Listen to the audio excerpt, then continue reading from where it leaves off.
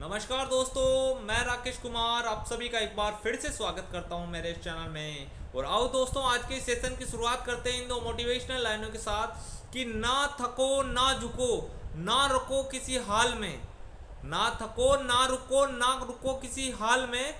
और हर सुबह कहो खुद से, हर सुबह कहो खुद से, मैं बना हूं कमाल के लिए, मैं बना हूं कमाल के लिए, ना हार मानूंगा किसी सवाल के लिए। तो दोस्तों, इन्हीं मोटिवेशनल लाइनों के साथ हमने इस सेशन की शुरुआत करते हैं। और आज हम जो पटवारी के प्रीवियस ईयर को पेपरों को हल कर रहे थे, उसी सीरीज को आगे बढ़ाते हुए आज पटवारी का जो पेपर है 2021 का, उसका फोर्थ पारी का पेपर आज हम हल करेंगे। तो आओ दोस्तों, विलंब नहीं करते हुए सीधा अपने प्रश्न की ओर बढ़ते हैं। प्रश्न नंबर 76 क्या कह रहा है मेरा?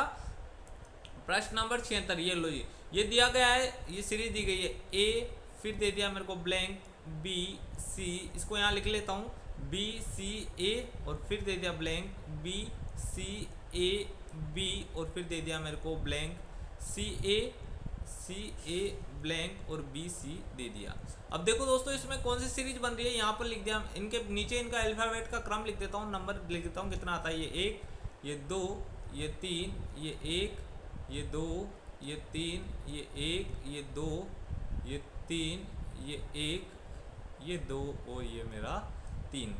तो देखो दोस्तों, अब सबसे पहले तो इनको काउंट कर लो कि ये कितने शब्द है, कितने अक्षर है। एक, दो, तीन, चार, पाँच, छः, सात, आठ, नौ, 10, 11, 12, 13, 14, 15 और 16। यानी ये 16 है, तो इसको चार चार भागों में बांट लो दोस्तों। यानी ये यहाँ तक का हिस्सा अलग होगा, यहाँ तक का फिर अलग होगा, और यहाँ तक का फिर अलग होगा, और इसके बाद का हिस्सा अलग होगा। अब दोस्तों, इनमें शब्द फिट करने हैं मेरे को कि क्या क्या उसका उत्तर हो सकता है। देखो, यहाँ अगर मैं एक लगाता हूँ, यानी यहाँ लगाता हूँ ए, तो ये हो जाएगा 11, 23। ये देखो एक, 123। इसके बाद ये जो यहाँ पर एक है वो दो बार आ रहा था, इधर फिर दो आ जाएगा दो बार, और इधर आ जाएगा मेरा तीन दो बार, और फिर वापस एक आ जाएगा दो बार। तो यानी ये सीरीज बनेगी दोस्तों। यहाँ आ जाएगा मेरा बी, और यहाँ आ जाएगा मेरा सी, और यहाँ फिर से मेरा आ जाएगा ए। यानी इसका उत्तर नंबर क्या होगा दोस्तों? A B c a B, ये हो गया। यानी ये हो गया दोस्तों उत्तर नंबर ए। ऑप्शन में से जो ऑप्शन नंबर ए है वो इसका उत्तर हो जाएगा। अब देखो, प्रश्न नंबर 2 क्या कह रहा है मेरे को? दिए गए शब्दों के युग्मों में से आपको उस युग्म का चयन करना है जो प्रथम युग्म के शब्दों की तरह ही समान रूप से संबंधित है। यानी यहाँ कुछ शब्द दिया गया है, वो बताना है जैसे इनका संबंध है उसी प्रकार का संबंध होना चाहिए। ऑप्शन में से कोई उत्तर है उसका। हथौड़ी कील, यानी कील को हथौड़ी की सहायता से ठोका जाता है। अब देखो, बढ़ई भवन, इनका रिलेशन अलग होता है। स्कूटर बाइक, ये नहीं हो सकता। पेंसिल पेन, ये दोनों एक जैसे ये। और आरी लकड़ी, मतलब आरी की सहायता से दोस्तों क्या किया जाता है? लकड़ी को काटा जाता है, और हथौड़े की सहायता से कील को ठोका जाता है। तो यानी इसका उत्तर ऑप्शन डी हो गया। इसका उत्तर हो गया ऑप्शन डी। इसी प्रकार देखो, अक्षरों के उस समूह का चयन करें जो अन्य से भिन्न है।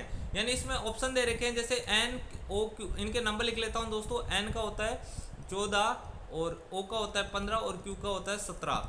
इसके बाद टी वी डब्ल्यू, टी का होता है मेरा 20, और वी का होता है 22, और डब्ल्यू का होता है 23। अब इसके बाद एफ जी आई, ये होता है 6, 7, और आई का होता है 9।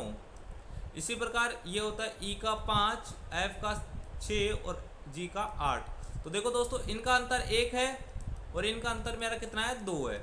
इनका अंतर इधर 2 है, और इसका अंतर कितना है? 1 है। इसका अंतर कितना है? यहाँ पर 1 है, और इसका अंतर यहाँ पर कितना है? 2 है। इसका अंतर 1 है, और इसका अंतर यहाँ पर कितना है? 2 है। तो देखो दोस्तों, इस वाली सीरीज में पहले का अंतर 2 आ रहा है, बाकी सब में पहले का अंतर 2 और बाद वाले का अंतर, सॉरी, बाकी सब में है ना, पहले का अंतर 1 और बाद वाले का अंतर 2 आ रहा है। और इस वाली सीरीज में पहले का अंतर 2 और बाकी बाद वाले का अंतर 1 आ रहा है। तो यानी अलग कौन सा हुआ? ये वाला, यानी option number B. Option number B उत्तर हो गया दोस्तों अपना।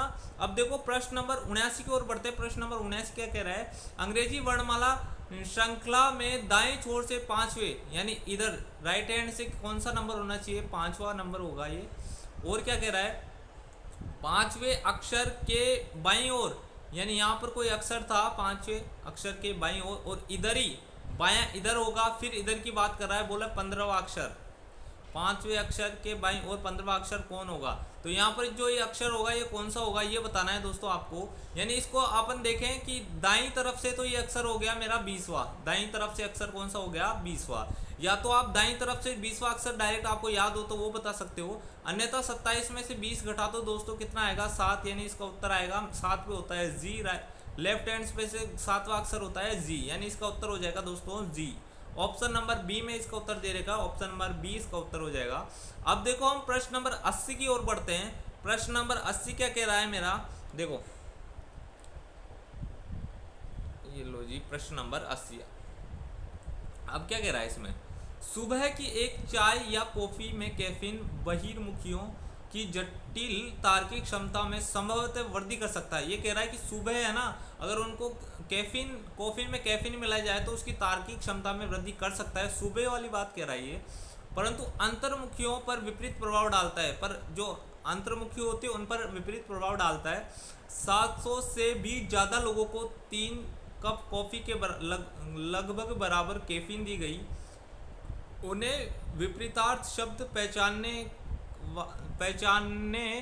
वाक्य पूर्णतः एक शब्द तुल्य रूपता पर परखा गया। शोधकर्ताओं का मानना है कि प्रातःकाल में बहिर्मुखियों के लिए कैफीन लाभदायक है क्योंकि उठने में ज़्यादा समय लेते हैं। अंतर्मुखी प्रातः ज़्यादा चैतन्य होते हैं और ड्रग के प्रभाव से अधिक प्रेरित हो जाते हैं, तो उनकी तार्किक शक्ति में बाधा डालता है। तो दोस्तों ये आपको पैराग्राफ दिया है और इसमें उत्तर बताना है आपको कौन सा क्या होगा।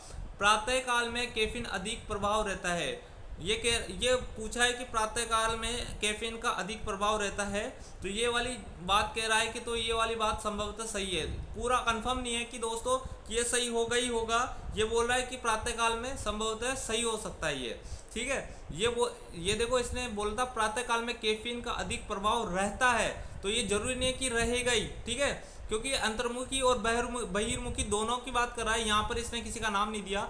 अब देखो बहिर्मुखी सायकाल में कैफीन को लाभदायक नहीं पाते हैं, बहिर्मुखी सायकाल में लाभदायक नहीं पाते हैं। तो ये देखो दोस्तों सायकाल के लिए उसने कुछ नहीं कहा, शाम के समय में कैफीन क्या इफेक्ट डालेगी इसके लिए कुछ नहीं बोला। तो यहाँ पर ये मेरा उत्तर नंबर डी हो जाएगा, यानी डेटा क्या हो गया मेरा ये अपर्याप्त हो गया दोस्तों। अब 82वां प्रश्न क्या कह रहा है, ये जो लोग चाय या कॉफ़ी पीते हैं कैफीन उनकी तार्किक क्षमता को प्रभावित करता है। तो ये वाली बात तो इसने बिल्कुल सही कहा है, निश्चित ही सही है ये वाली बात। 82 में उत्तर हो गया मेरा सी हो गया दोस्तों, कि निश्चित ही वो जो कैफीन होगा वो उनकी तार्किक क्षमता पर प्रभाव डालेगा। अब देखो प्रश्न नंबर 83 क्या कह रहा है मेरा, अंकित बिन्नी और पिंकी से संबंधित है। ये यहाँ पर कोई अंकित लड़का है और ये बिन्नी नाम की लड़की और बिन्नी और पिंकी से संबंधित है। डेजी पिंकी की माँ है। तो ये लो जी, ये इधर डेजी को बैठा देता हूँ ऊपर की तरफ, ये डेजी है और ये पिंकी की माँ है, और माँ तो हमेशा ऊपर ही होती है दोस्तों। डेजी पिंकी की माँ है और बिन्नी और पिंकी से संबंधित है। ये लोग इस पिंकी से संबंधित बिन्नी है मेरी, ठीक है। और डेजी भी बिन्नी की बहन है। डेजी क्या है मेरी, डेजी भी क्या है, ये इसकी बहन है, बिन्नी की बहन है, ये बिन्नी की बहन है दोस्तों। डेजी बिन्नी की बहन है। अरुणा बिन्नी की माँ है, अरुणा बिन्नी की बहन है और डेजी भी बिन्नी की बहन है। यानी इसकी बहन डेजी भी है और अरुणा भी है, इसकी बहन अरुणा भी है, डेजी भी है और बिन्नी, यानी तीनों बहनें हैं दोस्तों। डेजी बिन्नी और अरुणा तीनों बहनें हैं और डेजी भी बिन्नी की बहन है। चिंकी अरुणा से किस प्रकार संबंधित है, यानी ये चिंकी, ये पिंकी नहीं था दोस्तों, ये चिंकी था। ये चिंकी अरुणा से किस प्रकार संबंधित है, यानी चिंकी क्या लगेगी अरुणा की ये निस लगेगी दोस्तों, यानी इसका ऑप्शन नंबर डी इसका उत्तर हो जाएगा। देखो इसने कहा था ये पिंकी न था, ये चिंकी था और ये कह रहा है कि चिंकी की माँ है वो बिन्नी की बहन है और बिन्नी अरुणा की बहन है, तो यानी ये तीनों आपस में बहनें हैं। और ये बोल रहा है कि ये चिंकी अरुणा से किस प्रकार संबंधित है, तो ये चिंकी अरुणा की बहन की लड़की, यानी इसकी निस हो गई दोस्तों। इसका उत्तर नंबर डी हो गया देखो ऑप्शन में से। अब देखो यदि BEAT को EHDW कुटित किया गया है तो ROAD को किस प्रकार कुटित करोगे। देखो ये लिखा हुआ है यहाँ पर, ये लिखा हुआ है BEAT को मैंने क्या लिखा है एच डी और मैंने क्या लिखा है डब्ल्यू। अब देखो दोस्तों, यानी इसके अक्षर के नंबर लिख लेता हूँ यहाँ पर। इस पे जो भी दिया हुआ है अल्फ़ाबेट का नंबर, यहाँ 5 होता है, यहाँ 1 होता है, यहाँ होता है 20। इसका होता है 5, ये होता है 8, ये होता है 4 और ये होता है 23। तो दोस्तों इसमें दो में 3 जोड़ा तो मैंने कितना हो गया 5, इसमें 3 जोड़ा तो कितना हो गया 8, और इसमें भी कितना जोड़ा 3 जोड़ा तो 4 हो गया, और इसमें 3 जोड़ा तो मेरा कितना हो गया 23 हो गया दोस्तों। अब देखो इसमें से उत्तर बताना है कि रोड का क्या होगा, ROAD का क्या होगा। यानी इसका होता है 18 और इसका होता है 15, 1 और 4। यानी इसमें 18 में 3 जोड़ेंगे दोस्तों, यानी होगा 21। 21 पे होता है मेरा U, 18 पे होता है मेरा R, और 4 पे होता है मेरा D, URD। और ये होता है, इसमें 3 जोड़ेंगे तो 7 पे होता है G, यानी URDG। तो ये हो गया ऑप्शन नंबर बी, इसका उत्तर हो गया दोस्तों ऑप्शन नंबर बी। इस प्रकार 84वां प्रश्न हल हो गया दोस्तों। अब हम 85वें प्रश्न की ओर बढ़ते हैं। 85वां प्रश्न मेरा क्या कह रहा है, प्रश्न नंबर 85 क्या कह रहा है, परिमल 40 मीटर पूर्व की ओर चलता है। ये लो जी, ये पूर्व की ओर जा रहा है 40 मीटर, ये 40 मीटर पूर्व की ओर चले गया। फिर वह बाईं ओर मुड़कर 20 मीटर जाता है। ये लो, यहाँ से ये मुड़ा बाईं ओर और ये कितना जाता है 20 मीटर। वह दोबारा बाईं ओर मुड़कर 40 मीटर चलता है, यानी यहाँ से फिर ये बाईं ओर मुड़ेगा दोस्तों। यहाँ से ये बायां मुड़ गया, ये आ गया यहाँ पर 40 मीटर। तो ये कह रहा है, यहाँ पर खड़ा था दोस्तों वो, और वो कह रहा है कि वह अपनी शुरुआती बिंदु से कितनी दूरी पर। तो ये दूरी पूछ रहा है दोस्तों, यहाँ से यहाँ तक की दूरी ये 20 है, तो ये भी कितनी होगी मेरी 20। यानी ये कितनी दूरी पर है दोस्तों, 20 मीटर की दूरी पर है। यानी कि ऑप्शन नंबर ए इसका उत्तर हो जाएगा दोस्तों, ऑप्शन नंबर ए इसका उत्तर हो गया। अब देखो अब क्या कह रहा है मेरे को, प्रश्न नंबर 86 में दोस्तों, ये 85 हमने कर लिया। अब 86वां प्रश्न देखते हैं अपन। ABCDEF G केंद्र की ओर मुख करके एक गोल मेज के चारों ओर बैठे हैं। F के बाएं अगला C है। देखो ये एक गोल मेज है, इस पर केंद्र की ओर मुंह करके हुए बैठे हुए हैं। देखो अब क्या कह रहा है, ये मेरा गोल मेज के चारों ओर बैठे हुए, F के बाएं अगला C है। यहाँ पर F है मेरा, मान लिया मैंने F, और अगले बाएं अगला क्या है मेरा, यहाँ पर मैंने मान लिया C। ये लो जी, F के बाएं अगला C है, और C के बाएं से दूसरा G है। ये C है, इसके बाएं से दूसरा, ये एक छोड़कर यहाँ पर क्या हो गया मेरा G हो गया दोस्तों। अब क्या कह रहा है, G इसके बाएं दूसरा G है। अब क्या, F के बाएं अगला C है और C के बाएं दूसरा G है। E के बाएं से तीसरा A है, यानी E के बाएं से तीसरा A। अब इसमें 3 लोग और है, E के बाएं से तीसरा, यानी अगर मेरा E यहाँ हो तो 1, 2 और 3 यहाँ पर होगा। E के बाएं से तीसरा A है, यानी A यहाँ हो सकता है मेरा।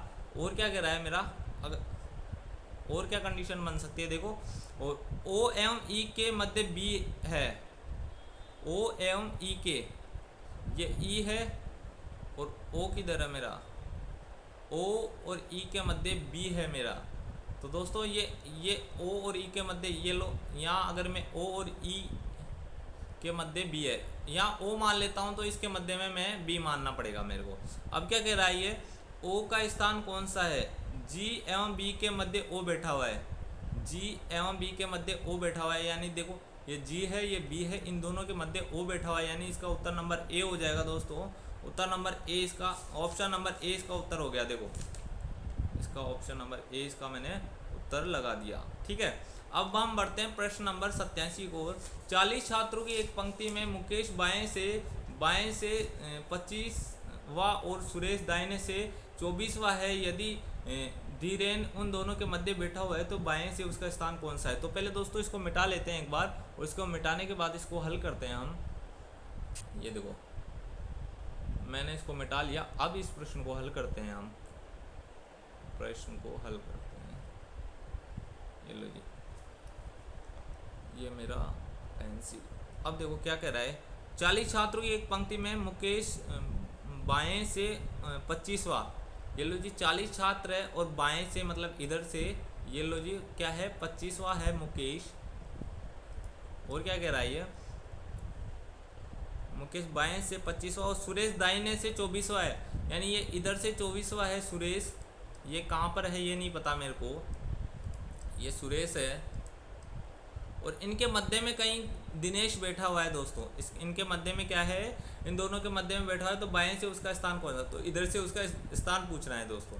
तो अब सबसे पहले क्या करो, देखो दोस्तों इस सुरेश का बाएं से स्थान निकालेंगे और बाएं से स्थान निकालने के लिए देखो 40 में से 24 गया तो कितना बचेगा मेरा, 16 बचेगा। यानी ये राइट साइड लेफ्ट साइड से इसका स्थान कितना हो गया, 17 हो गया और लेफ्ट साइड से इसका स्थान 25वां है, यानी ये 17वें स्थान पर तो कौन है, सुरेश है लेफ्ट साइड से। और 18, 19, 20, 21, 22, 23, 24, 25, 25वें पे कौन है मेरा, मुकेश है। तो अब ये बोला इनके मध्य में दिनेश बैठा हुआ है, ये 3 और ये 3 छोड़ दिया, यानी ये दिनेश यहाँ पर बैठा हुआ है। तो अब ये बोल रहा है कि लेफ्ट साइड से उसका स्थान कौन सा है, उन दोनों के मध्य बैठा हुआ है। यदि धीरेन उनके मध्य बैठा हुआ है तो बाएं से उसका स्थान कौन सा है, यानी इसका स्थान पूछा है इधर से लेफ्ट साइड से। तो देखो 17, 18, 19, 20 और 21, यानी कौन से स्थान पर हो गया दोस्तों, 21वें स्थान पर हो गया। ऑप्शन नंबर ए इसका उत्तर हो गया दोस्तों, ऑप्शन नंबर ए इसका उत्तर हो गया। अब हम बढ़ते हैं प्रश्न नंबर 88 यानी कि 88 की ओर बढ़ते हैं दोस्तों। प्रश्न नंबर 88 क्या कह रहा है मेरा, देखो सब इसमें निम्नलिखित शब्दों का अर्थपूर्ण क्रम दिए गए उत्तरों में से कौन सा एक होगा, यानी पुलिस, दंड, अपराध, मुकदमा और निर्णय। ये बोला है कि अर्थपूर्ण क्रम बताना है। तो सबसे पहले क्या होगा दोस्तों, सबसे पहले तो दंड ही होगा।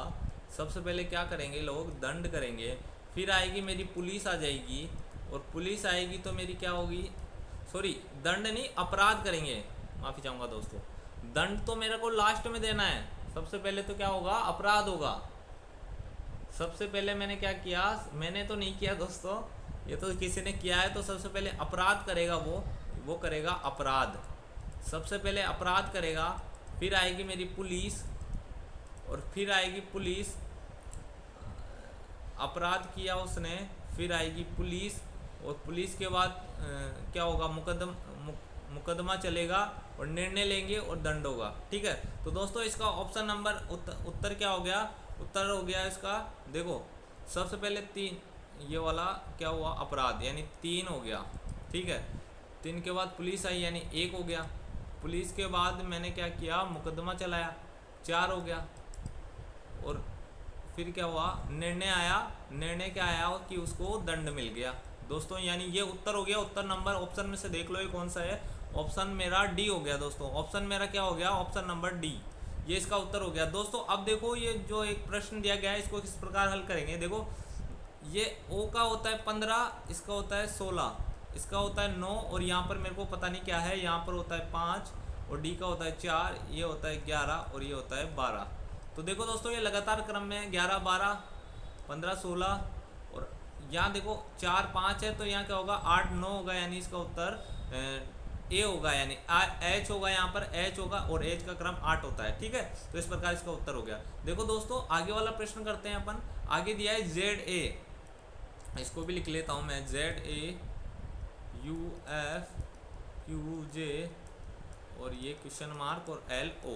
अब देखो Z का होता है मेरा 26 और A का होता है 1, यानी ये हो गया मेरा 27, ये होता है 21 और 6 27 और यहाँ पर ब्लैंक वाले स्थान पर क्या था ये मेरे को पता नहीं है।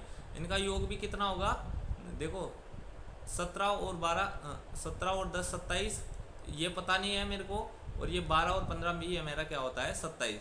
यहाँ देखो जेड में से मतलब 26 में से 21 आ गया, यानी यहाँ माइनस किया 5 और 21 में से माइनस किया 4, तो क्या हो गया 17।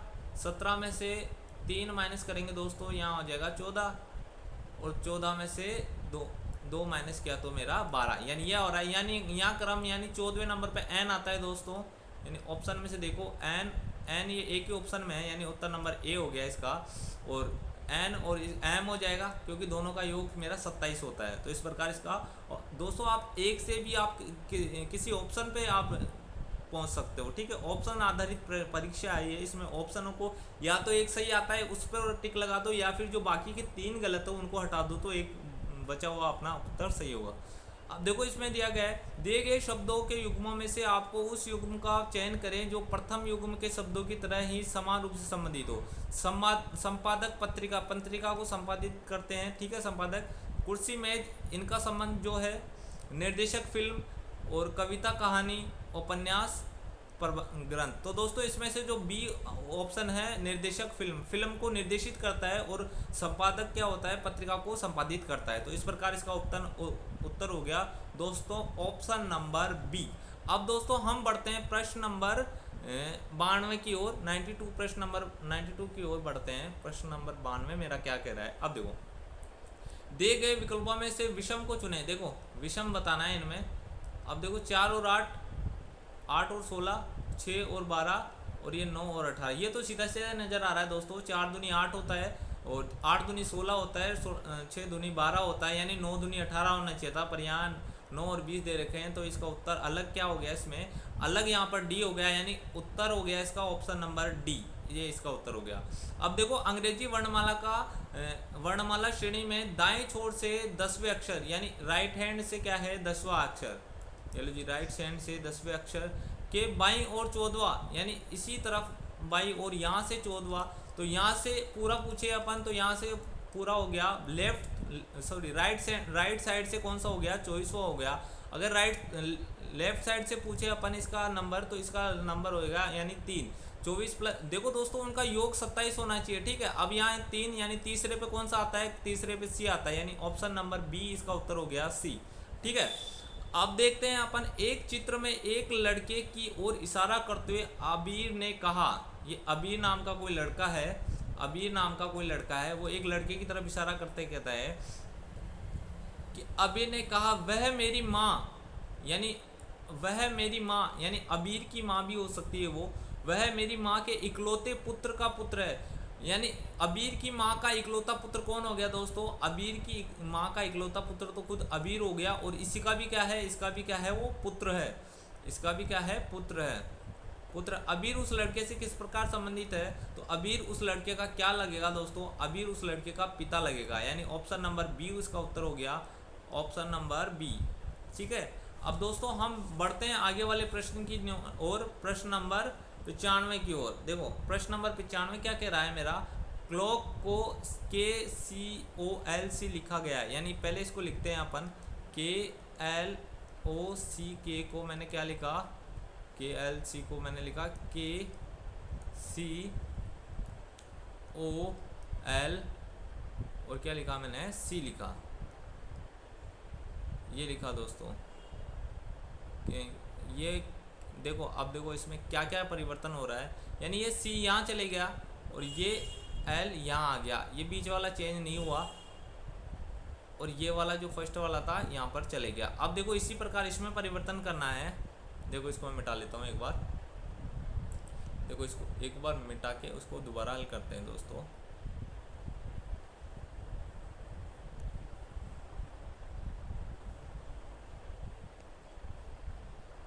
ठीक है, अब मैंने इसको मिटा लिया, अब इसको प्रश्न को अपन हल करते हैं।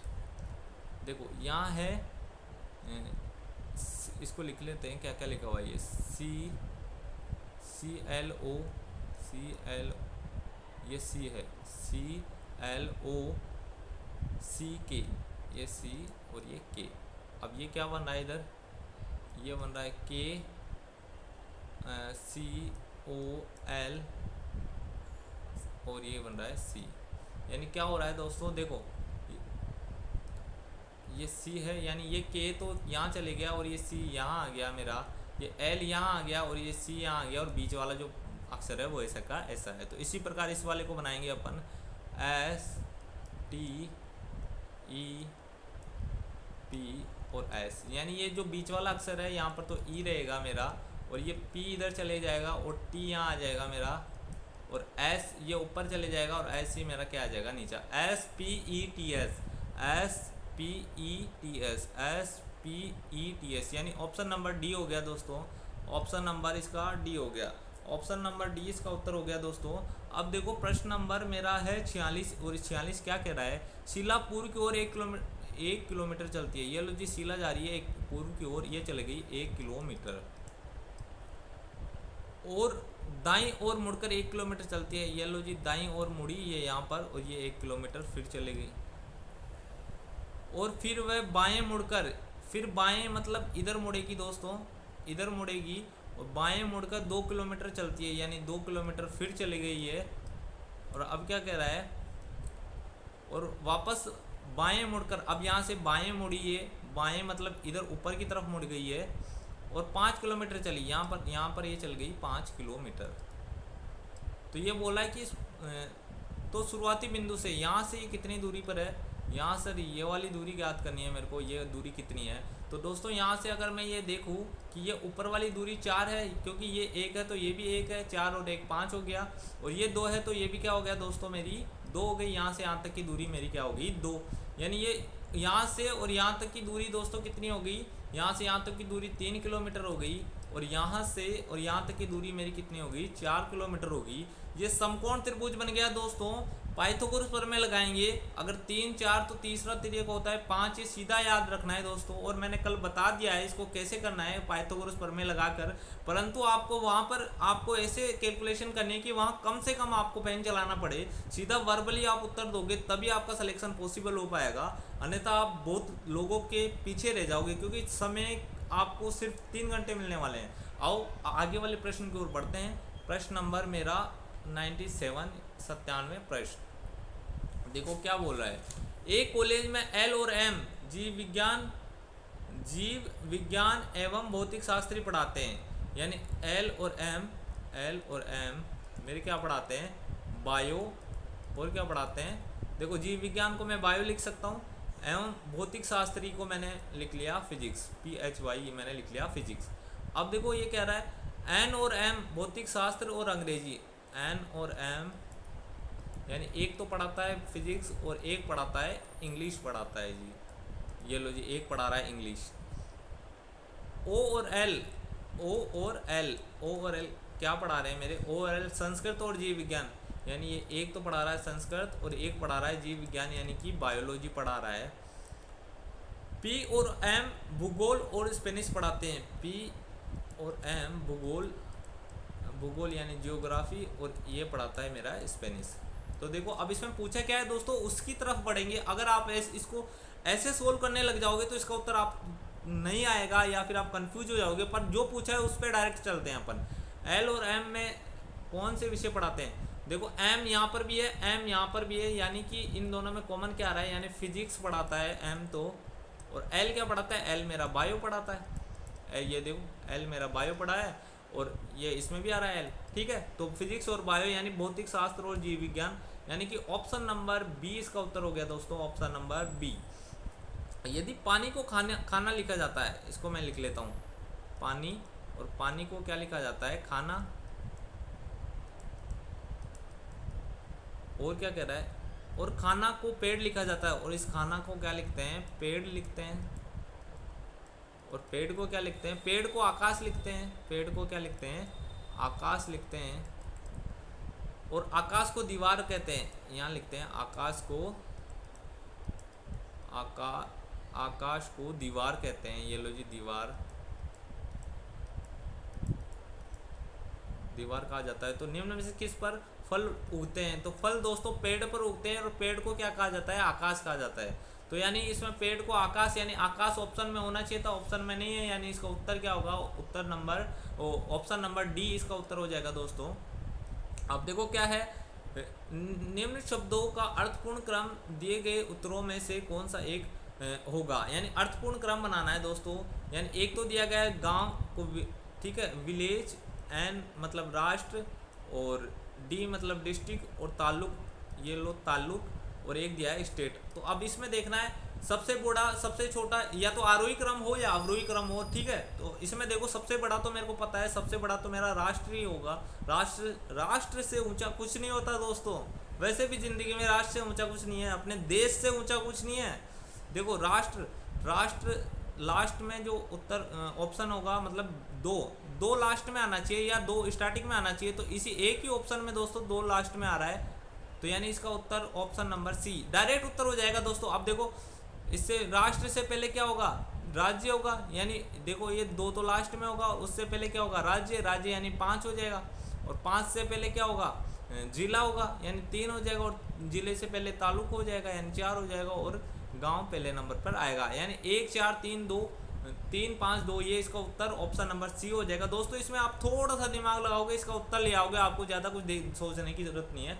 अब देखो हम प्रश्न नंबर 100 की तरफ बढ़ते हैं। प्रश्न नंबर 100 100 नंबर का प्रश्न है मेरा। क्या कह रहा है देखो, अब देखो ये है 15 और 90 105। देखो इसको किससे गुणा किया, इसको 6 से गुणा किया, और फिर इसको इस 7 से गुणा किया, 15 छिकी 90, 15 सत्ते 105, इसको 18 पंजे 90, 18 छिकी 108 और 18 सत्ते 126।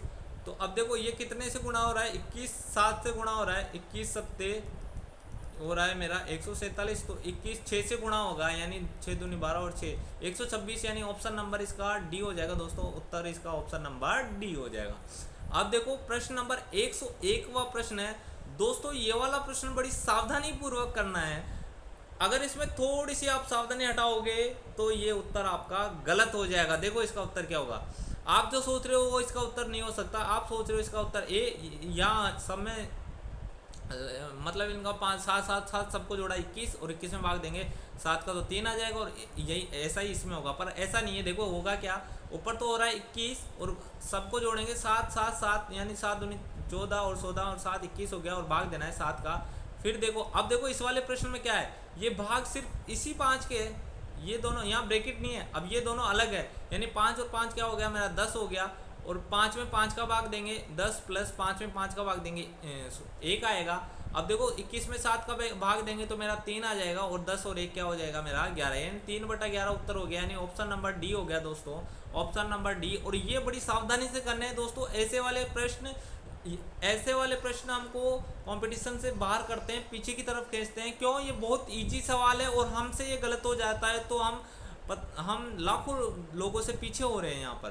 तो देखो अब क्या है, प्रथम 5 धन संख्याओं के औसत ज्ञात कीजिए। देखो 5 धन पूर्णांक संख्याओं के घनों का औसत ज्ञात करना है दोस्तों। इसके लिए मैं सीधा सूत्र भी बताऊंगा और वैसे आपको लेंथी तरीके से भी करके दिखाता हूँ। प्रथम 5 धन पूर्ण, तो ये पहला धन हो गया 1, दूसरा हो गया 2, 3, 4 और 5। प्रथम धन पूर्णांक ये है, इनका घन मतलब इसका क्यूब करना है। 1 का क्यूब 1, 2 का होता है 8, 3 का होता है 27, 4 का होता है 64 और 5 का होता है मेरा 125। ये सब हो गया। अब इन सबको जोड़ के और 5 का भाग देना है, यानी 8 और 1 9, 9 और 27 36 हो गया, 36 और 64 कितना हो गया 100 हो गया, 100 और 125 225 हो गया, ये 225 हो गया। इसमें भाग देना है 5 का, तो यहाँ आ जाएगा 4 बार और 5, यानी इसका 45 उत्तर आएगा दोस्तों। ये तो मैं लेंथी तरीके से करूंगा, पर आपको नहीं करना है ऐसे। आपको क्यों नहीं करना है, आपको इतना टाइम नहीं लगाना है, आपको फटाफट उत्तर लाना है दोस्तों। और फटाफट उत्तर देखो कैसे लेके आओगे, मैं बताता हूँ आपको इसको एक ट्रिक, और जिससे कि आप फटाफट उत्तर ले आओगे। देखो ये वाली चीज याद रखनी पड़ेगी, पर आपको याद रखनी पड़ेगी जो मैं बता रहा हूँ।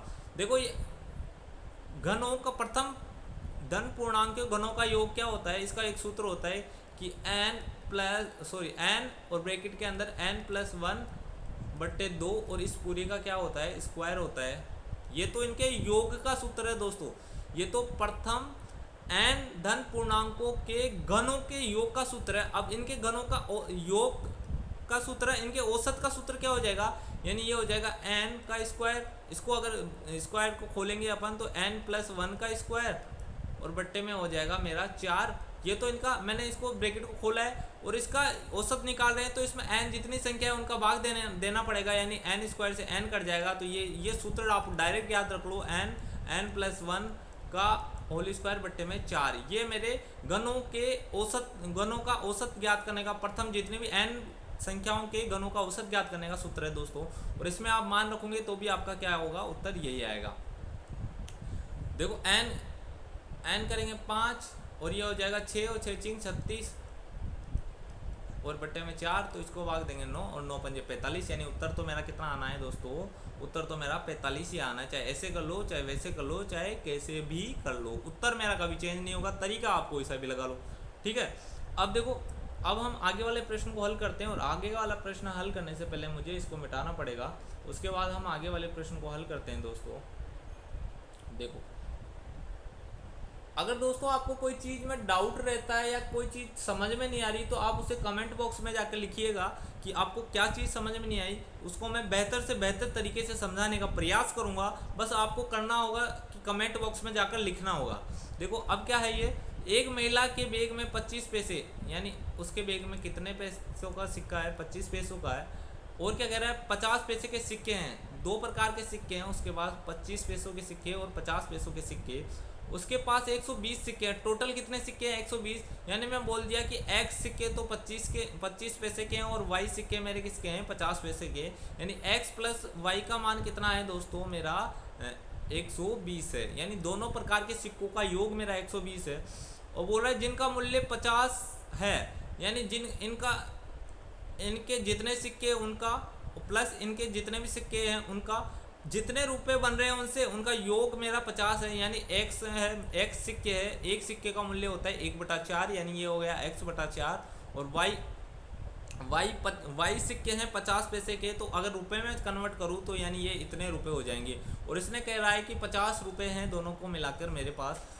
एलसीएम लेके दोस्तों बड़ी संख्या 4 है, 4 एलसीएम लिया, वज्र गुणा कर दो, दो को देखो, 2 को x से गुणा करेंगे तो 2x हो जाएगा, प्लस ये 4 का भाग 4 में देंगे तो 1 ही आ जाएगा, और 1 को y से गुणा किया तो y बराबर 50 हो गया, बट्टे में 1। इसको डायरेक्ट दोस्तों ये छोटी वाली कैलकुलेशन आपको डायरेक्ट मुँह जवानी याद होनी चाहिए। आपको प्रैक्टिस इतनी बार करनी है तो आप ये चीज़ें हल नहीं करोगे। मैं आपको समझाने के लिए ये चीज़ें बता रहा हूँ। देखो इसको 4 को 50 से किया तो 200, यानी 2 समीकरण आगे, एक तो x प्लस वाई बराबर 120 था और एक आगे मेरी 2x प्लस वाई बराबर 200। यानी अब इसमें से इसको घटाएंगे दोस्तों तो इसका उत्तर ये कट जाएगा। यानी x बराबर कितना आ गया, 80। यानी x कितने सिक्के हैं, ये 50 पैसे के तो मेरे 80 सिक्के हैं।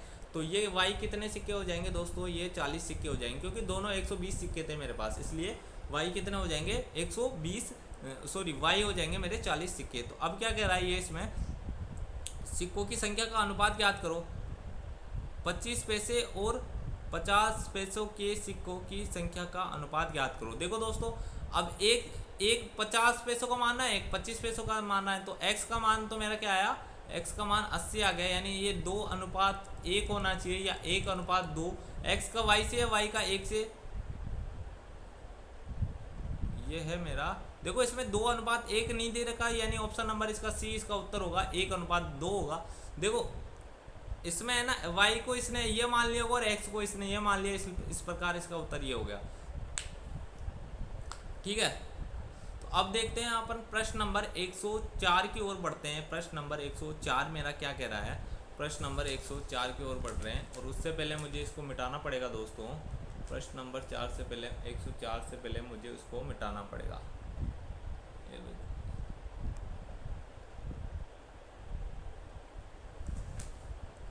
दो शंकुओं के आयतन 1:4 के अनुपात में, यानी 2 शंकु है। अब मैं ये समझाने के लिए पूरा बता रहा हूँ, पर मैंने कल भी ये चीज़ समझा दी कि ऐसा वाला सवाल कल वाली सीरीज उसमें भी देखा था हमने, आज फिर से देख रहे हैं। देखो दोस्तों इस वाले पेपर में आप देखोगे जो कल जो मैंने पेपर करवाया उसी प्रकार के उसी टाइप के लगभग सारे क्वेश्चन हैं, आपको बस नंबर चेंज हुआ है, बाकी और कुछ भी चेंज नहीं हुआ है इसमें। देखो ये कह रहा है 2 शंकुओं के आयतन का अनुपात ये है, यानी एक शंकु का आयतन मान लिया मैंने 1/3 पाई r1 और स्क्वायर h बराबर ये दे दिया 1, और दूसरे का मान रहा था इधर 1/3 पाई r2 का स्क्वायर और ये स्मॉल h, और इन दोनों का अनुपात दिया है, मतलब इन दोनों का अनुपात है मेरा 1/4। अब देखो दोस्तों अब ये 1/3 पाई इसका तो कोई मतलब नहीं, ये मैंने कल भी समझा दिया आपको।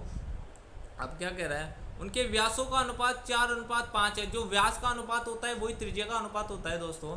यानी इसको मैं ऐसे लिख सकता हूँ 4/2 का स्क्वायर h बट्टे 5/2 का स्क्वायर गुणा h, और ये है मेरा 1/4।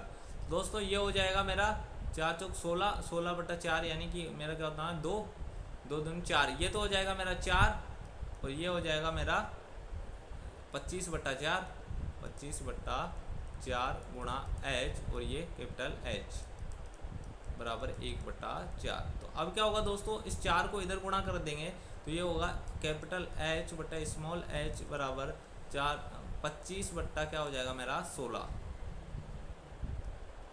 ये इधर गुणा होगा तो 25/16, और ये वाला 4 भी इससे गुणा हो जाएगा दोस्तों। देखो ये वाला, इस वाले सवाल को ऐसे होगा, ये h/h, इस वाले को पूरी चीज़ को समझो, ये हो जाएगा 25/4, तो इधर चले गया, और गुणा में क्या था 1/4 पहले था, और ये वाली चीज़ भी तो मेरी नीचे जाएगी, यानी ये 4 से, तो 25/64 आ गया, यानी इसका अनुपात हो गया 25 अनुपात क्या हो गया दोस्तों 64। ऑप्शन जो है वही मेरा उत्तर है, यानी इसमें किसी में भी नहीं दे रहेगा 25/64, इसमें किसी में भी उत्तर नहीं है दोस्तों, तो यानी इसका ऑप्शन डी इसका उत्तर हो गया, ऑप्शन डी इसका उत्तर हो गया। अब हम देखते हैं प्रश्न नंबर 105, प्रश्न नंबर 105 मेरा क्या कह रहा है, उसकी ओर बढ़ते हैं हम। प्रश्न नंबर 105 में क्या कह रहा है, यदि ए की आय बी की आय से 25% ज़्यादा है। दोस्तों ये सीधा याद रखना, आपको मैं बता दूं 25% का मतलब 1/4 होता है ए बी, तो ए की आय देखो 1/4 होता है 25% का मतलब, और क्या कह रहा है कि 25% ज़्यादा है, मतलब 4 से 1 ज़्यादा है, यानी ए की आय बी की आय से, यानी बी की आय तो मेरी 4x है, तो ए की आय कितनी है दोस्तों 5x है। ए की आय से कितना कम है, अब बोल रहा है बी की आय ए की आय से कितना कम है, यानी इस 5 से कितना कम है, 1 कम है, किससे कम है 5 से कम है, इसका परसेंट निकालना है तो 100 से गुणा करेंगे, यानी इसका उत्तर हो जाएगा दोस्तों 20%, 20% इसका उत्तर होगा। दोस्तों इस प्रकार आपको सीधे याद रखने पड़ेंगे, ये प्रतिशत वाले जो है इनको सीधा याद रखना और सीधा उत्तर पे पहुंच जाना।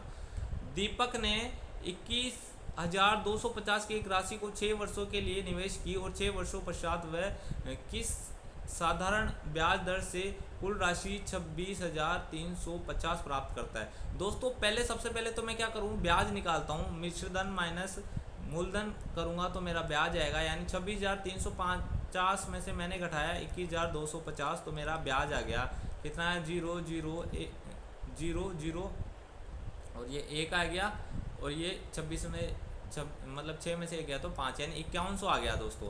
ब्याज कितना आया 5100, 6 साल का ब्याज है मेरा 5100, तो 1 साल का ब्याज निकालो दोस्तों। 1 साल का ब्याज निकालने के लिए 5100 में मैं क्या करूँगा 6 का भाग दूंगा, 5100 में 6 का भाग 8 बार गया तो 48 आएगा, 3 और 0 6 5 आ गया, 6 30, यानी 850 रुपये 1 साल का ब्याज है दोस्तों।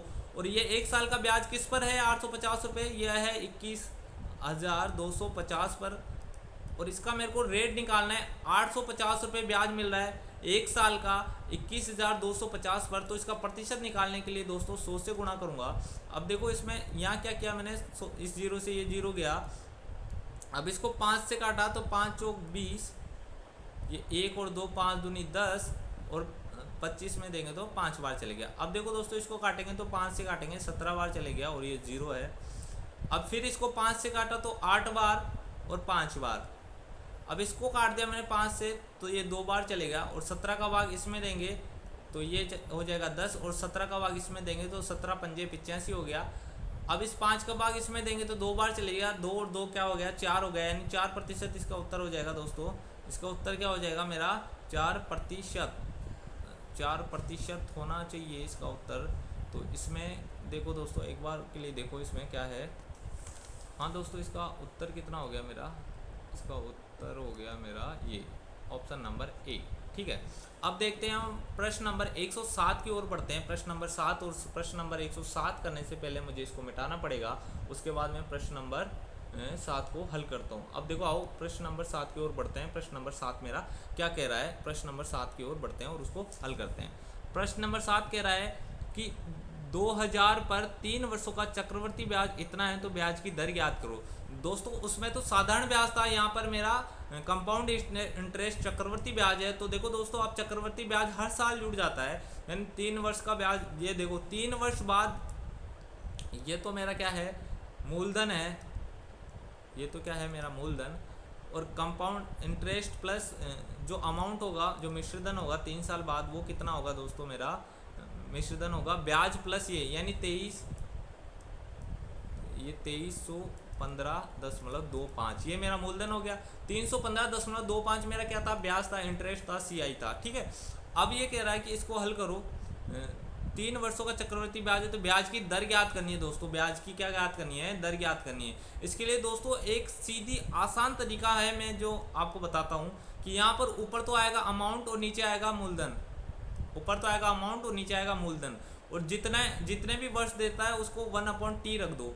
यानी ये देखो इसको मैं ऐसे करता हूँ 23 15.25 ये है मेरा 2000। और इसका क्यूब रूट निकालूंगा दोस्तों 1/3। अब देखो यहाँ पर ये 0 पॉइंट हटाए तो यहाँ पर 0 आ जाएगी। अब देखो 25 से काटूंगा मैं, 25 से काटूंगा मैं इसको, तो ये 25 से काटेंगे तो ये 9 बार चले गया दोस्तों। 25 से ये 225, 6 और 5 65, तो ये 2 बार चले जाएगा 50, 65 में 50। देखो इसको इधर कर लेते हैं, 23 1 5 2 5, 25 से काट रहा हूँ दोस्तों, 25 से, तो ये एक बार चले गया 225, 9 बार में चले गया। अब यहाँ बच गया 6 और 5, फिर 2 बार गया तो ये 50 हो गया। फिर इसमें देंगे अपन 5 और 1 15 हो गया। और फिर ये 2 उतारा तो मेरा ये 6 बार गया। और फिर ये 0 2 और 5 ये कितने बार जाएगा, 1 बार, यानी ये आ गया दोस्तों 9261 आ गया, 9261 आ गया। और यहाँ देखो, यहाँ तो 200 में सीधा देंगे तो कितना बार जाएगा, 25 का भाग 8 बार जाएगा। और 3 जीरो है तो 3 जीरो ऐसी की ऐसी उतार दिए। अब देखो इसका क्यूब रूट लेना है दोस्तों, तो ये किसका होता है, ये 20 का क्यूब होता है। देखो इसका 21 का क्यूब होता है ये 9261, और ये 20 का क्यूब होता है ये 8000, ये 1/3। तो इन दोनों पे से क्यूब रूट से क्यूब हट जाएगी, यानी ये 21/20 हो रहा है। यानी 20 पर कितना ब्याज मिल रहा है, 1 मिल रहा है। 20 पर ब्याज कितना मिल रहा है, 1 मिल रहा है। 1 पर 20 मिल रहा है, तो इसका प्रतिशत निकालना है, तो ये निकालना होगा इस प्रकार। यानी इसका कितना हो जाएगा, 2 पंजे 10, यानी 5% इसका उत्तर हो गया दोस्तों। उत्तर इसका 5% हो गया, यानी ऑप्शन नंबर सी इसका उत्तर हो गया दोस्तों। ये वाला तरीका सबसे अच्छा है। और आपको तो वो वाला तरीका भी बता देता हूँ मैं आपको। देखो जो मेन तरीका है जिससे आप फॉर्मूला लगाकर CI और वो निकालते हो, उस प्रकार बताता हूँ मैं आपको किस प्रकार निकालेंगे। देखो ये देखो, एक वो निकालोगे तो आप ये ऐसे आएगा, P गुणा 1 + R/100, और पावर में होती है मेरी 3। और ये होता है, अगर ब्याज ही निकाल रहा हूँ तो इसमें से मेरे को P को घटाना पड़ेगा। तो ये इस वाले सूत्र से भी आप इसको कर सकते हो, पर उत्तर तो यही आएगा दोस्तों। और आपको वही तरीका लगाना है जिससे आपका सबसे जल्दी उत्तर आ रहा हो। आपको तरीका वही लगाना है जिससे आपका उत्तर सबसे जल्दी आ रहा हो। देखो अब प्रश्न नंबर 108 है। ये कह रहा है कि 10 मकड़ियाँ, कितनी, 10 मकड़ियाँ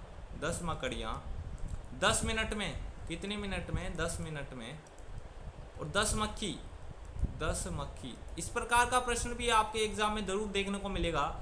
10 मक्खियों को पकड़ सकती है, 10 मक्खियों को पकड़ सकती है, तो 200 मकड़ियाँ 20 मिनट में कितनी पकड़ सकती है। अब देखो दोस्तों, 10 मकड़ियाँ 10 मिनट में 10 मक्खी पकड़ रही है, तो मैं बोलूँ एक मकड़ी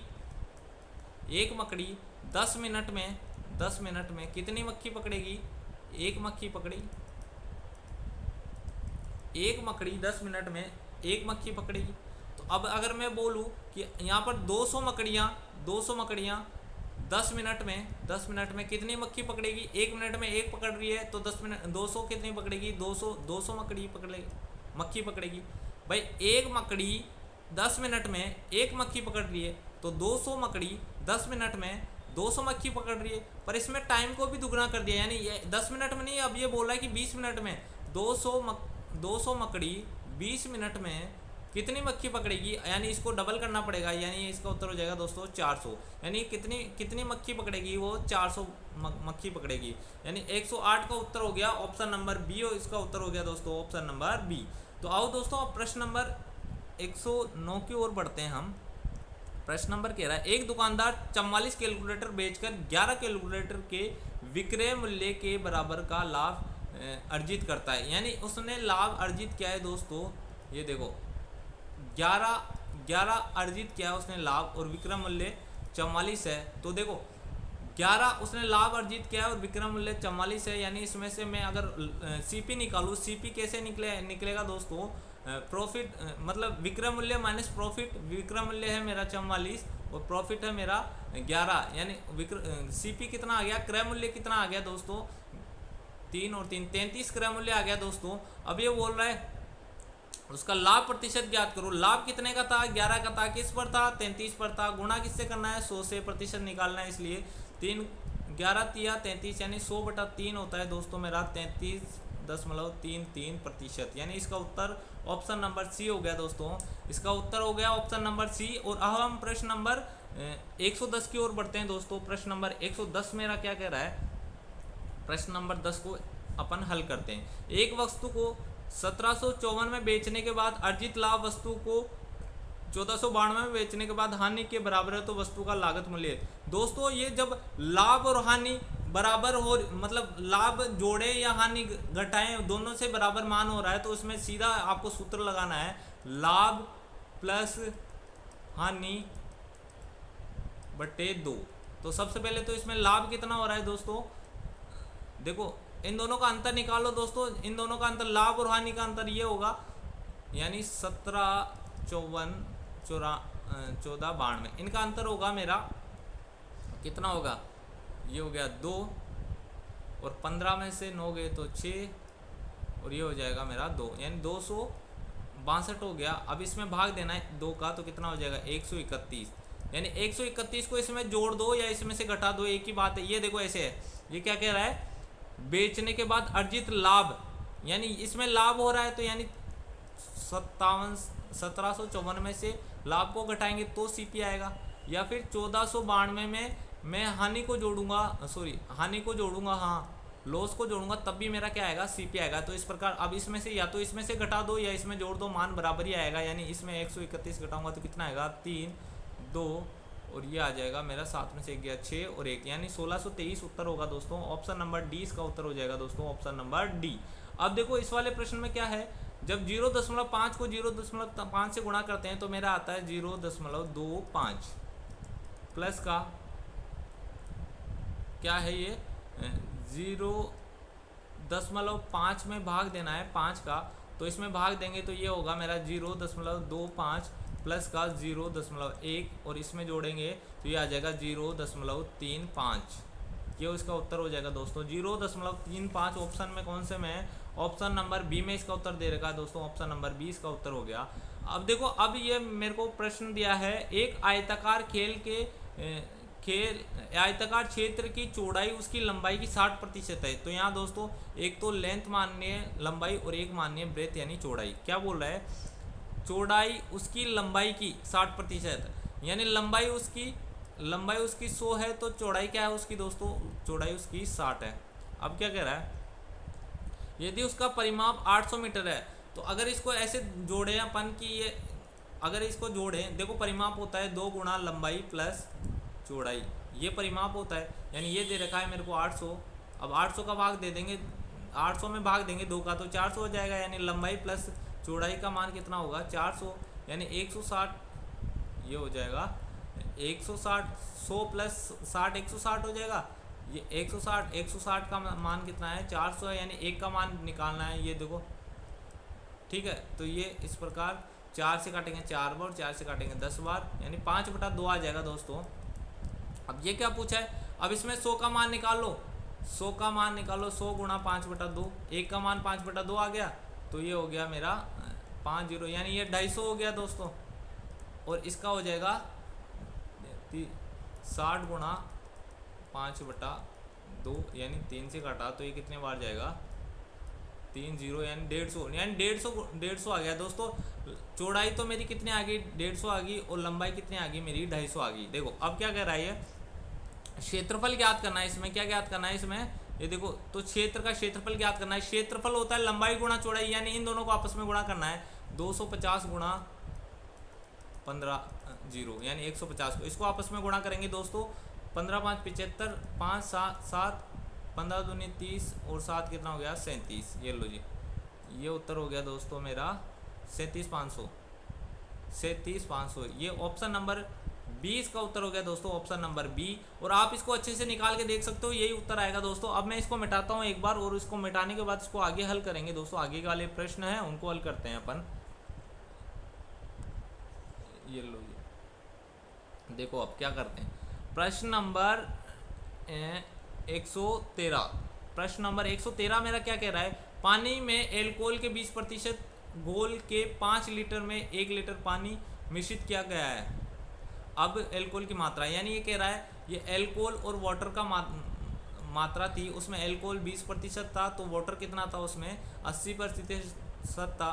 और ये मात्रा मेरी 5 थी, 5 लीटर, यानी इसमें से 1 लीटर तो मेरी क्या था एल्कोहल और 4 लीटर क्या थे मेरी जल था। अब इसको वाष्पीकृत किया दोस्तों, तो एल्कोहल तो उतना ही रहा, सॉरी वाष्पीकृत नहीं, इसमें 1 लीटर जल मिला दिया, यानी 5 लीटर मेरा जल हो गया और 1 लीटर मेरा क्या है एल्कोहल है। तो बोल रहा है एल्कोहल में, इस पूरे मिश्रण में एल्कोहल की मात्रा कितनी होगी, 1 की मात्रा निकालनी है किस पर 6 पर, ये तो 1 था 5 पर, अब ये 6 पर निकालनी है मात्रा, तो इसको 100 से गुणा करना है, प्रतिशत में ज्ञात करना है दोस्तों। और इसको इसका भाग इसमें देंगे तो देखो इसको डायरेक्ट याद रखना है, 16.66 इसका उत्तर हो जाएगा। ये प्रतिशत आपको डायरेक्ट याद रखना है दोस्तों, वहाँ पर आपको कैलकुलेशन नहीं करनी है, जितनी कम से कम कैलकुलेशन करोगे उतने ही ज़्यादा फायदे में रहोगे। इस चीज़ को मैं बता देता हूँ। 20 पैसे 5 रुपये का कितना प्रतिशत है, तो दोस्तों 20 और 5 पैसे हैं, सॉरी 5 रुपये हैं, इसको पैसों में बदलेंगे तो 500 हो जाएगा, और गुणा करना है 100 से, तो ये लो 0 से 0 गया मेरा, और ये 50 को 100 से काटा था 2 बार, 2 दूनी 4, यानी कितना प्रतिशत हो गया दोस्तों 4%, यानी ऑप्शन नंबर डी हो गया दोस्तों, इसका उत्तर हो गया ऑप्शन नंबर डी। अब देखो प्रश्न नंबर 15 है। प्रश्न नंबर 15 क्या कह रहा है, 4 पुरुष 6 महिलाएं 8 दिन में एक कार्य को करते हैं, यानी 4 मेल प्लस 6 वुमेन एक कार्य को करते हैं 8 दिन में, बराबर जबकि 3 पुरुष प्लस 7 वुमेन इसी कार्य को करते हैं 10 दिन में, यानी कार्य समान है पर उनमें व्यक्तियों की संख्या चेंज हो रही है। अब इसको हल करते हैं दोस्तों, 8 चौक 32 मेल हो गए प्लस 8 छिंग 48 वुमेन हो गई, इधर करेंगे तो ये 30 मेल प्लस 70 वुमेन। अब देखो दोस्तों मेल और वुमेन का अनुपात निकालेंगे, उनके कार्य का अनुपात निकालेंगे, तो ये 30 इधर आएगा, तो ये 32 में 30 गया तो 2 बच जाएगा, 2 मैन बराबर ये इधर जाएगा तो ये हो जाएगा मेरा 22 वुमेन, यानी मैन बट्टे वुमन करेंगे तो ये हो जाएगा मेरा 22/2, यानी कि हो जाएगा 11/2 1, यानी मैन एक दिन में 11 काम करता है और वुमेन करती है 1 काम। तो इस वाले प्रश्न को अब आगे हल करते हैं, और आगे हल करने के लिए मुझे इसको मिटाना पड़ेगा दोस्तों, और मैं इसको अब हल कर देता हूँ आसानी से। देखो अब क्या है कि मैन तो एक दिन में 11 इकाई काम कर रहा है और वुमेन कर रही है 1 इकाई, और आगे पूछा क्या है, अब मैं सबसे पहले देखो मैन कर रहा है एक दिन में 11 इकाई काम, यहाँ लिख लेता हूँ 11 इकाई काम कर रहा है, और वुमेन कर रही है एक दिन में कितना इकाई, 1 इकाई काम कर रही है। तो मैं टोटल काम निकालूँ दोस्तों कि ये जो काम हो रहा था वो टोटल होगा, या तो इसमें रख दो या इसमें रख दो, मान दोनों में सेम ही आएगा, यानी 4 गुणा मैन करे थे एक दिन में 11 काम प्लस और वुमेन करे थे एक दिन में 1 काम, और इनको गुणा करेंगे 8 से, तो ये टोटल काम आ जाएगा कितना होगा 44 और 6 कितना हो गया दोस्तों, 44 और 6 मेरा 50 हो गया, 8 पंजे 40, यानी 400 इकाई टोटल काम होगा दोस्तों, 400 इकाई टोटल काम होगा। अब ये कह रहा है, क्या कह रहा है आगे प्रश्न को पढ़ो, 10 महिलाएं एक साथ काम करके इस कार्य को कितना पूर्ण करेगी, यानी एक महिला एक दिन में 1 काम कर रही है, तो 10 वुमेन एक दिन में कितना काम करेगी, 10 इकाई काम करेगी। अब 10 इकाई कर रही है, तो अब ये बोल रहा है कि 10 वुमेन इस कार्य को कितने दिन में करेगी, यानी 10 से भाग देंगे तो इसका 0 कट गया, यानी ये 40 दिन में इसका काम करेगी पूरा दोस्तों, 40 दिन, यानी इसका ऑप्शन नंबर डी इसका उत्तर हो गया, ऑप्शन नंबर डी इसका उत्तर हो गया दोस्तों। अब हम बढ़ते हैं प्रश्न नंबर 116 की ओर दोस्तों। प्रश्न नंबर 116 मेरा क्या कह रहा है, प्रश्न नंबर 16 की ओर बढ़ते हैं। देखो प्रश्न नंबर 116, 5 क्रमागत सम संख्याओं ए बी सी डी और ई का औसत 52 है, बी और ई का गुणनफल ज्ञात कीजिए। दोस्तों देखो ये 5 क्रमागत है, एक ए बी सी डी और ई, ये सब है ना सम संख्याएं और क्रमागत है, जैसे 2 के बाद अगली 4 ही आती है सम, उस प्रकार है। तो देखो दोस्तों इसमें औसत निकालना है, तो विषम संख्या है तो बीच वाली संख्या औसत होती है, यानी 2 इधर से छोड़ दिया 2 इधर से छोड़ दिया, जो यहाँ पर आया वो बीच वाला मेरा क्या है औसत, और इसका मान दे रखा है औसत कितना है 52, यानी ये 52 है। सी का मान तो कितना है दोस्तों 52, और बी का मान कितना हो गया 50, और ए का मान हो गया मेरा 48। इसी प्रकार डी का मान मैं निकालूँ 54 और ई का मान हो जाएगा मेरा 56। अब क्या कह रहा है ये मेरे बी और ई का गुणनफल, यानी बी और ई का गुणनफल, यानी इनका गुणनफल 50 गुणा 56 करना है दोस्तों, 56 गुणा 50 करना है, तो यहाँ पर होगा 6 पंजे 30, 3 5 25 और 3 28, यानी इसका उत्तर हो गया दोस्तों 2800। ऑप्शन नंबर इसका ए हो गया उत्तर दोस्तों, ऑप्शन नंबर ए इसका उत्तर हो गया, ऑप्शन नंबर ए। अब देखो अब क्या है, एक बौछार में 5 सेंटीमीटर वर्षा होती है, एक बौछार में क्या होती है 5 सेंटीमीटर वर्षा होती है, 1.5 हेक्टेयर भूमि पर गिरे पानी की मात्रा है।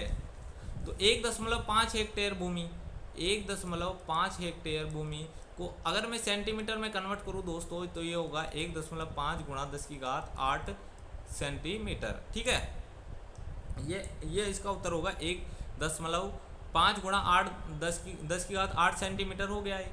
ठीक है, सेंटीमीटर क्यूब। ठीक है, अब देखो, अब इसको क्या करना है, अब ये 1 का मान है, ये तो 1.5 हेक्टेयर का, सॉरी 5, एक बौछार में 5 सेंटीमीटर वर्षा होती है, एक बौछार में 5 सेंटीमीटर होती है। और ये एक हेक्टेयर का मतलब इस हेक्टेयर को मैंने उसमें बदलाया, तो इसको 5 से गुणा करेंगे दोस्तों, 5 गुणा 1.5 गुणा 10⁸, ये हो जाएगा सेंटीमीटर क्यूब होगा ये। ठीक है, हेक्टेयर सेंटीमीटर क्यूब। अब ये सेंटीमीटर क्यूब में कन्वर्ट कर लिया मैंने। अब ये क्या कह रहा है, अब इसको इससे गुणा कर दो तो 15 5 75, यानी ये 7 और 5 हो गया, यानी ये 1 0 यहाँ पॉइंट आता, पर मैंने पॉइंट को यहाँ से हटा दिया और यहाँ पे क्या कर दिया, 1 0 कम कर दिया। अब दोस्तों ये सेंटीमीटर है, यहाँ मीटर में ज्ञात करना है, तो हम इसमें क्या करेंगे दोस्तों, 10⁶ का भाग देना पड़ेगा दोस्तों। मीटर स्क्वायर, यह है मीटर क्यूब में निकालना है दोस्तों, इसलिए इसमें किसका भाग देना पड़ेगा, मीटर क्यूब। देखो इसको, ये सेंटीमीटर, 1 सेंटीमीटर बराबर 100 सेंटीमीटर होता है। तो इस प्रकार ये इसकी 2 की पावर 3 करेंगे तो 10 की पावर 6, यानी इसमें से ये घटाएंगे दोस्तों, यानी ये उत्तर आ जाएगा मेरा 750 क्यूब मीटर। ये 750 क्यूब मीटर इसका उत्तर हो जाएगा, ऑप्शन नंबर 20 का उत्तर हो जाएगा दोस्तों। अब हम बढ़ते हैं प्रश्न नंबर 118 की ओर। प्रश्न नंबर 118 जो हमने कल भी देखा था, और इस प्रकार के प्रश्नों के लिए मैंने कल भी कहा था कि इस प्रकार का एक प्रश्न आपको एग्जाम में जरूर देखने को मिलेगा। और इसको पढ़ते हैं अपन, क्या कह रहा है मेरे को ये देखो। एक निवेश दिया गया है, प्रतिदिन एक मशीन 6 बेचों के पास कोड इस प्रकार है। देखो क्या है कोड, पास कोड। देखो ये ऐसे लिखा हुआ था, इसको किस क्रम में लिखा, देखो सबसे पहले क्या किया इसने, सबसे छोटा जो अल्फाबेट है उसको आगे लिखा, और बाकी वाली चीज़ देखो सिया द आउट, मतलब इसको ऐसे लिख दिया, उल्टे तरीके से लिख रहा है वापस। ठीक है, फिर उसके बाद दूसरे में क्या हुआ, जो इससे बड़ा था और वापस जो इसको ऐसे लिखा था, इसको वापस ऐसे लिखा, यानी सिया को लास्ट में ले आया और इसको वापस इस तरीके उल्टे तरीके से लिख दिया।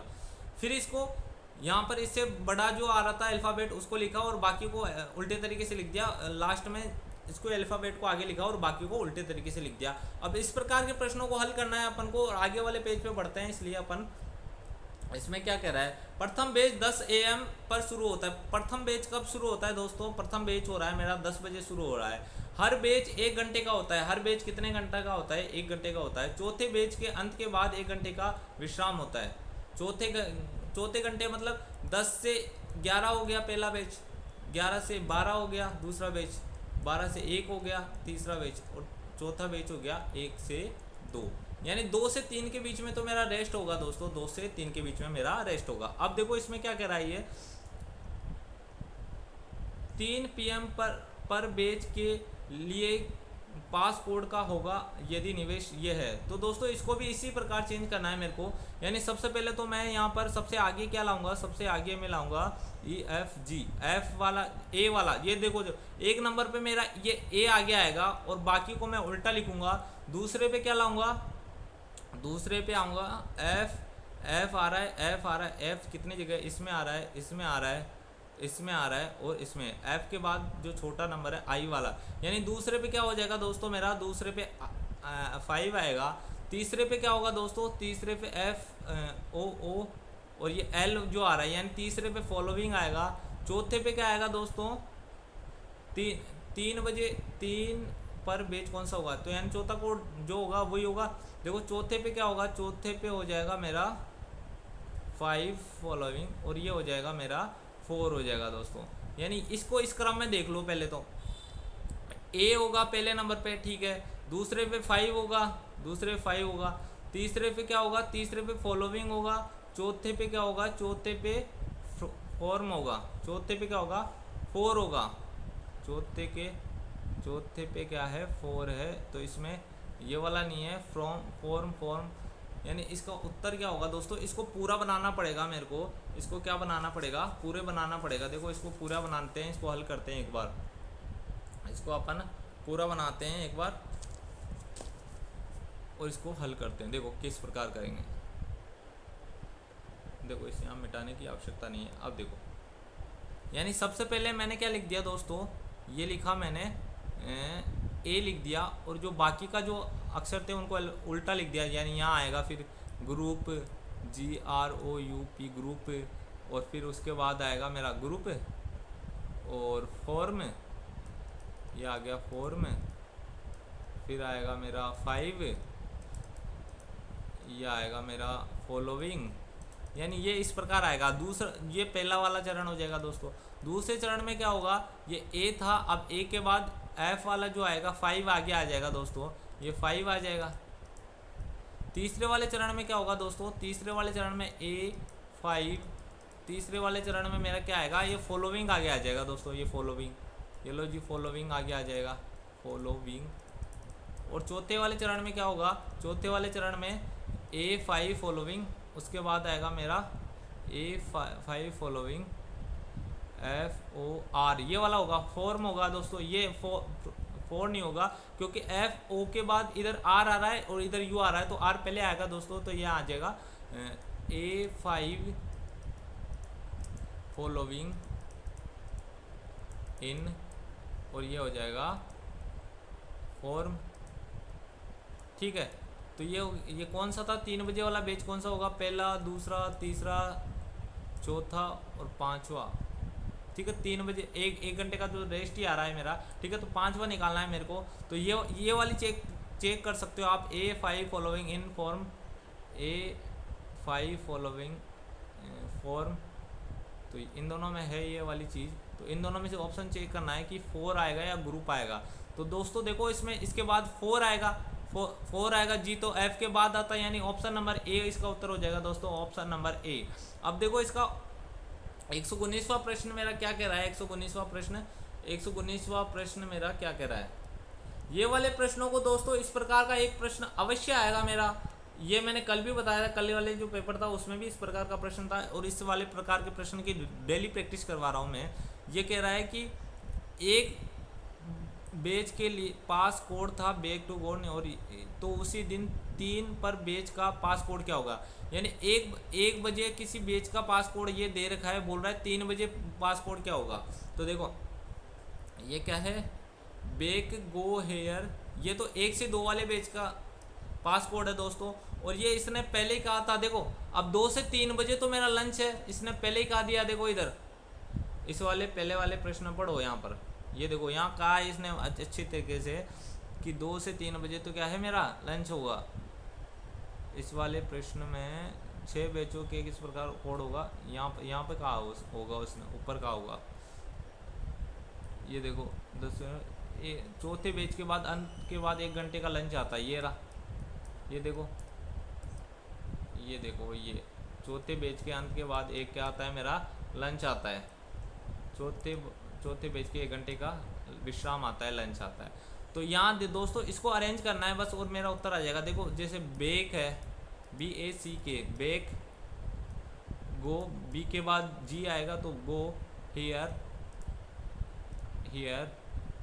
People who settle, people who settle want to,